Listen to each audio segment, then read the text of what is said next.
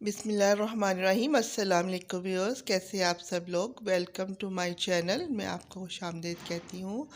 आज मैं आपसे शेयर कर रही हूँ रेड वेलवेट केक की रेसिपी, जो खाने में बहुत ही ज़्यादा टेस्टी होता है ये, और इसका टेक्सचर बहुत ज़्यादा मॉइस्ट वेलवेटी होता है। आइए चलिए देखते हैं इसको किस तरह तैयार किया जाता है। इसके लिए सबसे पहले मैंने 6 इंच का पैन लेकर उसको ऑयल से ग्रीस कर लिया था। ग्रीस करने के बाद उसके ऊपर मैंने एक पेपर लगा लिया था, और पेपर लगाने के बाद उसको भी ऑयल से ग्रीस कर लिया था। अब मैंने हाफ कप मिल्क लिया है। जो हमारा मिल्क जो है वो नीम गर्म होना चाहिए, और उसमें 1 टीस्पून मैंने वाइट विनेगर शामिल किया है। विनेगर शामिल करने के बाद इसको अच्छे से मिक्स करके इसको हम एक साइड पे रख देंगे। अब एक बाउल में मैंने 3 अंडे लिए हैं। अंडे हमारे रूम टेम्परेचर पे होने चाहिए। अब हम अंडों को बीट करेंगे। हम बीटर से 6 से 7 मिनट तक बीट करेंगे। अब मैंने 1 कप चीनी लेकर उसको ग्राइंड कर लिया था। आप इसमें पिसी हुई चीनी भी शामिल कर सकते हैं और दानेदार भी शामिल कर सकते हैं। 6 से 7 मिनट मैंने इसको बीट किया था, और उसके बाद अब मैंने इसमें पाउडर शुगर आहिस्ता आहिस्ता शामिल की है। 6 औंस शुगर थी मेरे पास। इसको आहिस्ता आहिस्ता हम शामिल करके बीट करते जाएंगे। अगर आपके पास बीटर नहीं है तो आप इसको हैंड विक्स से भी बीट कर सकते हैं। इसको हम अच्छे से बीट करेंगे यहाँ तक कि हमारी चीनी अच्छे से डिज़ोल्व हो जाए।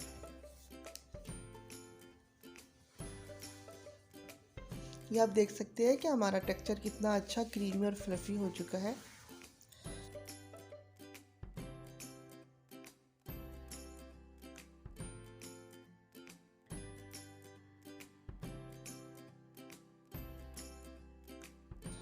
जब चीनी अच्छे से डिज़ोल्व हो जाए तो अब मैंने इसमें ऑयल शामिल किया है। मैंने इसमें 1/3 कप ऑयल लेकर उसको आहिस्ता आहिस्ता शामिल किया है। आप चाहें तो इसमें बटर भी शामिल कर सकते हैं, लेकिन बटर आप नीम गर्म करने के बाद वो इसमें शामिल कीजिएगा। अब मैंने इसमें 1 टीस्पून वनीला एसेंस शामिल किया है, और साथ ही मैंने 1 टीस्पून रेड कलर शामिल किया है। जितना आपको कलर चाहिए आप उस हिसाब से कलर शामिल कर सकते हैं। अगर आप लाइट रखना चाहते हैं तो कम कीजिएगा, लेकिन मुझे थोड़ा इसका डार्क कलर अच्छा लगता है, इसलिए मैंने इसमें 1 टीस्पून कलर ऐड किया है। कलर ऐड करने के बाद इसको अच्छे से मिक्स करेंगे। ये आप देख सकते हैं कि कितना प्यारा रेड कलर आ चुका है इसका।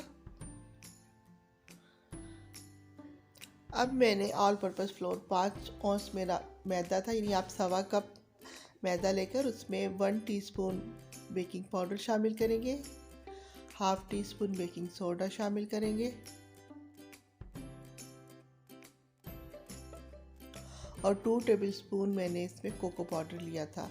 अगर आप कोको पाउडर कम डालना चाहें तो आप मैदे की क्वांटिटी बढ़ा सकते हैं। 1 टीस्पून आप कोको पाउडर डाल लीजिएगा, और उस हिसाब से मैदा उसमें ज़्यादा कर दीजिएगा। मुझे थोड़ा इसका फ्लेवर डार्क पसंद है, इसलिए मैंने 2 टेबलस्पून कोको पाउडर शामिल किया था। इसको हम अच्छे से मिक्स कर लेंगे, और फिर हमें इसको स्ट्रेनर से अच्छे से छान लेंगे। आप इसको थोड़ा थोड़ा डालकर शामिल करते जाएं, और बिल्कुल लो स्पीड पे हल्का सा मिक्स कर लें। आप चाहें तो इसको हाथ से भी फोल्ड कर सकते हैं।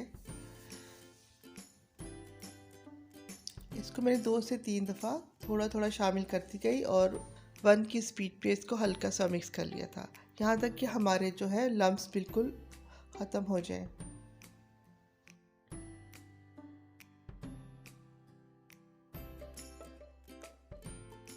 ये देखिए हमारा मिक्सचर अच्छे से रेडी हो चुका है। अब मैंने जो बटर मिल्क तैयार किया था वो मैंने इसमें शामिल कर दिया है।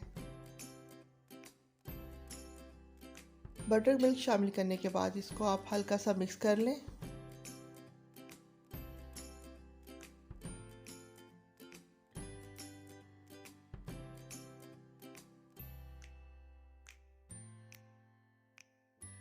फिर इतना मिक्स करेंगे कि अच्छे से मिक्स हो जाए।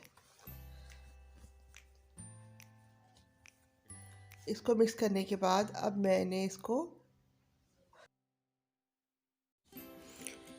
मैंने केक बैटर को केक मोल्ड में ट्रांसफ़र कर दिया है।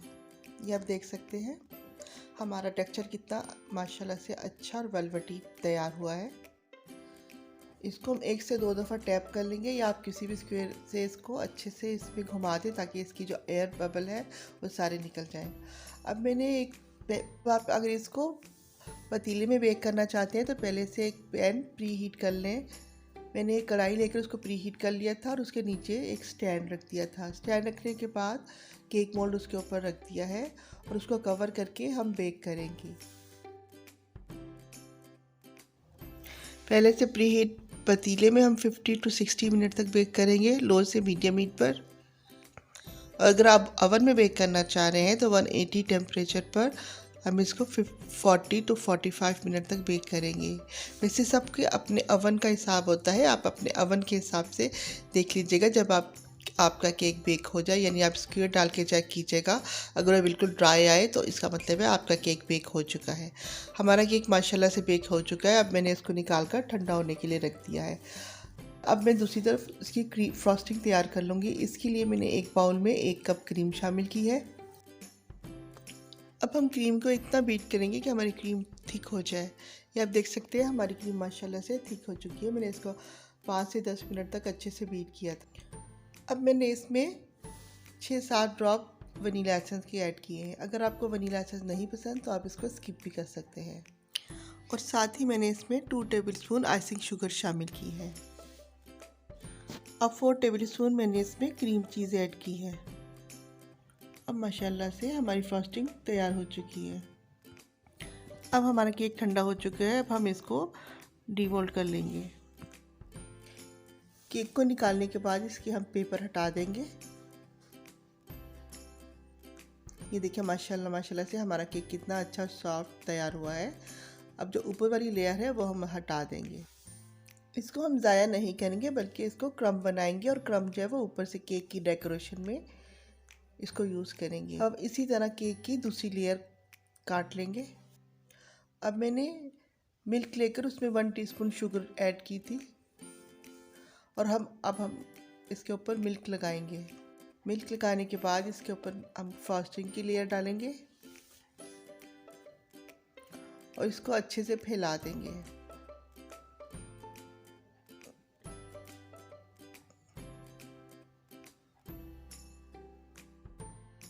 इसको फैलाने के बाद इसके ऊपर दूसरी लेयर केक की लगा देंगे और उसके ऊपर भी इसी तरह मिल्क लगा देंगे अच्छे से।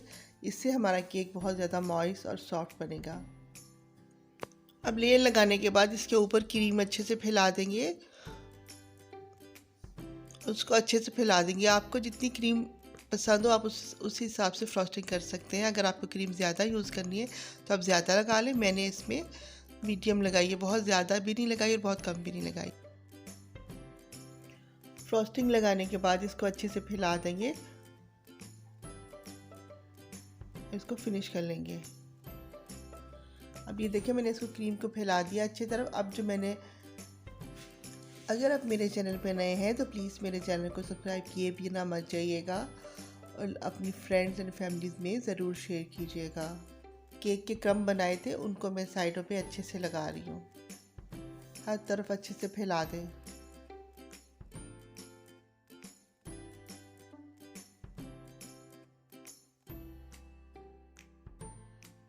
अब हमारी क्रीम थोड़ी सी सॉफ्ट हो रही थी, मैंने उसको दोबारा से थोड़ा और व्हिप किया है ताकि वो मज़ीद हार्ड हो जाए।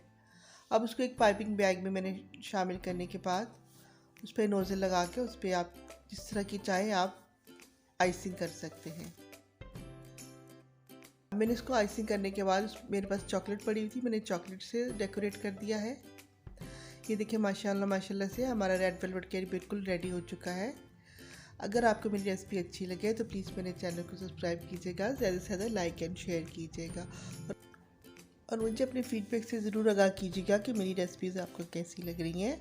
अपने और अपनी फैमिली का ख्याल रखिएगा। मिलते हैं किसी नई रेसिपी के साथ, उस वक्त तक के लिए खुदा हाफिज़। Thanks for watching.